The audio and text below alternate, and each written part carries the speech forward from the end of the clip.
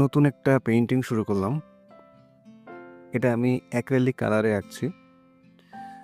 তো বিশেষ করে পোর্ট্রেট আঁকার সময় আমি একটা বেস কোড দিই।